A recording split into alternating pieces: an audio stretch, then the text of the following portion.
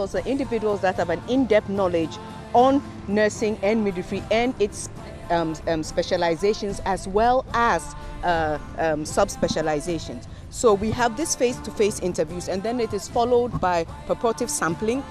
And this is done to identify individuals that have great knowledge with respect to nursing and with respect to midwifery. And we did this by interviewing them at places of their convenience. So we went to Accra, which we are here now, but we also went to Kumasi, we also went to Tamale.